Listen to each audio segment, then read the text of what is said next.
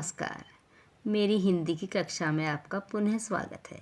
अपनी पिछली वीडियो में मैंने आपको पाठ 12 अगर न नभ में बादल होते का वाचन करके बताया था और उसके अर्थ को समझाया था। आज की वीडियो में हम इसी पाठ के शब्द अर्थ तथा प्रश्नोत्तर आदि अभ्यास कार्य को समझकर पूरा करेंगे। आइए अब हम इस पाठ में आए कुछ शब्दों के अर्थ देखते हैं। शब्द अर्थ: सिंधु सागर, नभ आसमान, फुलवारी पुष्प वाटिका या ऐसी बगीची जिसमें केवल फूल खिले हों, गहराती घनी होती। आइए अब प्रश्नों के उत्तर देखते हैं। प्रश्न नंबर 1, बादल कहाँ से जल भरकर लाते हैं? उत्तर: बादल समुद्र से भाप के रूप में परिवर्तित अर्थात बदला हुआ जल भरकर लाते हैं। प्रश्न नंबर 2, नभ में बादल आने पर मोर और मेंढक क्या करते हैं? उत्तर: नभ में बादल आने पर मोर खुश होकर नाचते हैं और मेंढक टर टर की तान सुनाते हैं। प्रश्न नंबर 3, नभ में बादलों के न आने के कारण किसान क्या नहीं कर पाएंगे? उत्तर: नभ में बादलों के न आने के कारण किसान अपने खेतों में बीज नहीं बो पाएंगे। प्रश्न नंबर 4, कौन सी ऋतु न आने पर हम रिमझिम बूंदों के लिए रोते हैं? उत्तर: वर्षा ऋतु अर्थात वर्षा ऋतु के न आने पर हम रिमझिम बूंदों के लिए रोते हैं। प्यारे बच्चों, अभी मैंने आपको 1 से लेकर 4 तक प्रश्न के उत्तर लिखकर बताए हैं। अब आइए प्रश्न नंबर 5, रिक्त स्थान भरिए। तो देखिए, ये रिक्त स्थान इस तरह से पूरे किए जाएंगे। नहीं घटाएं फिर गहराती, नहीं छटाएं फिर छहराती, सब आंसू से गाल भिगोते, अगर न नभ में बादल होते। अब बातचीत के लिए नंबर 1, वर्षा होने पर आपको सबसे अच्छा क्या लगता है?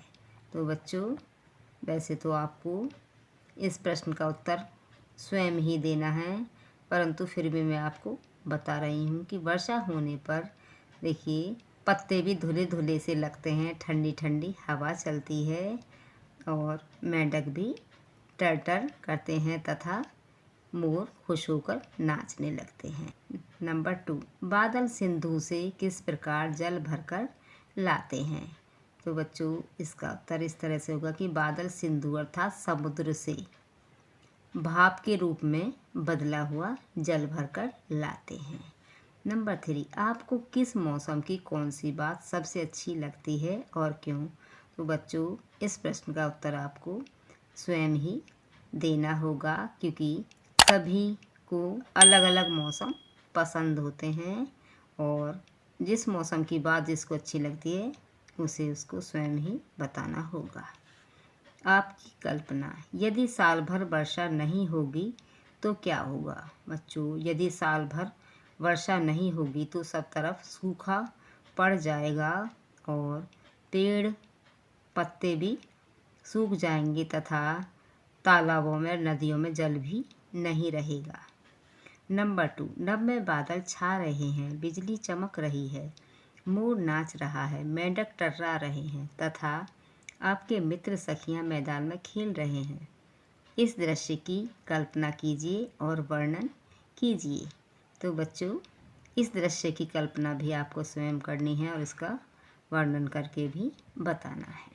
भाषा की बात नंबर 1, नीचे दिए गए शब्दों में उचित स्थान पर चंद्र बिंदु या अनुनासिक लगाइए।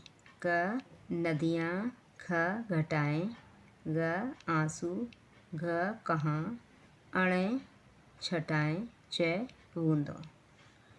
नंबर 2, नीचे लिखे शब्दों के विलोम शब्द कविता में से ढूंढकर लिखिए। रात का विलोम शब्द होगा दिन, उदास का होगा खुश, सर्दी का होगा गर्मी और हंसते का विलोम शब्द होगा रोते। बच्चों, अब मैंने आपको जीवन मूल्य वाले प्रश्नों के उत्तर लिखकर बताए हैं, कृपया ध्यान से देखिए। जीवन मूल्य।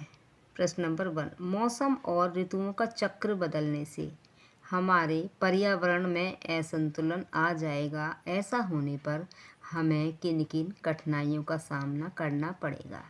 तो बच्चों, इसका उत्तर इस तरह होगा, पर्यावरण में असंतुलन आने पर हमें अनेक कठिनाइयों का सामना करना पड़ेगा। ऐसा होने पर बरसात के मौसम में वर्षा बहुत कम या ज़्यादा होगी, गर्मी के मौसम में बहुत गर्मी रहेगी तथा सर्दी के मौसम में बहुत अधिक या कम सर्दी होगी, जिससे खेतों में फसलें भी प्रभावित होंगी। क्योंकि बच्चों, आपको पता है कि फसलों को बढ़ने के लिए पर्याप्त मात्रा में गर्मी और वर्षा तथा सर्दी की भी आवश्यकता होती है। प्रश्न नंबर 2, पर्यावरण का संतुलन बनाए रखने के लिए हमें क्या करना चाहिए। उत्तर, पर्यावरण का संतुलन बनाए रखने के लिए हमें अधिक मात्रा में पेड़ पौधे लगाकर पृथ्वी से प्रदूषण को कम करना चाहिए। नंबर 3, वर्षा जल संचयन क्यों आवश्यक है। उत्तर, पृथ्वी पर भूमिगत जल का स्तर बनाए रखने के लिए वर्षा जल संचयन अर्थात उसको एकत्र करना आवश्यक है। बच्चों, अभी मैंने आपको जीवन मूल्य वाले प्रश्नों के उत्तर समझाकर पूरे कराए हैं। अब कुछ करने के लिए सावन में बच्चों, जो सावन का महीना होता है, तो घर में कौन कौन सी विशेष चीज़ें बनती हैं उनकी सूची बनाइए। अपनी पसंद की किसी एक चीज़ को बनाने की विधि भी लिखिए। तो बच्चों, सावन में जो विशेष चीज़ें बनती हैं उनकी सूची मैंने आपको यहाँ पर बनाकर दिखाई है। तो देखिए, सावन के महीने में ज़्यादातर सेवइयाँ बनती हैं, घेवर बनता है और गुजिया भी बनती हैं। अब यहाँ पर सेवइयाँ बनाने की विधि, यदि आपको अन्य कोई चीज़ पसंद हो तो आप उसको भी बनाने की विधि लिख सकते हैं। अब देखिए, सेवइयों को घी में हल्की आंच पर भूनते हैं। दूध को उबालकर उसमें सेवइयाँ डालते हैं।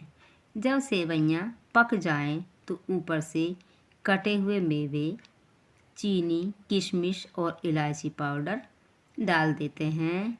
इससे स्वादिष्ट सेवइयाँ बनकर तैयार हो जाएंगी। तो बच्चों, मैंने अब आपको इस पाठ का सभी कार्य समझाकर पूरा करा दिया है। अगली वीडियो में इसी पाठ के भाषा अभ्यास के सभी कार्य को पूरा कराऊंगी। धन्यवाद।